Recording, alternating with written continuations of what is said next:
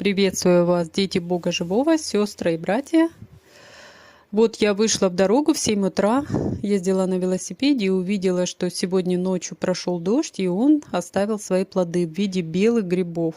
И я сразу вспомнила, что в Библии написано, что вот такие белые грибы появляются после дождя, плоды вернее. И вот мы тоже как бы на духовном уровне получаем какие-то дожди в виде событий, да, которые слезным образом проявляются в нас, но потом благодаря вот слезному периоду появляются вот такие плоды, которые питают наши тела. Аминь.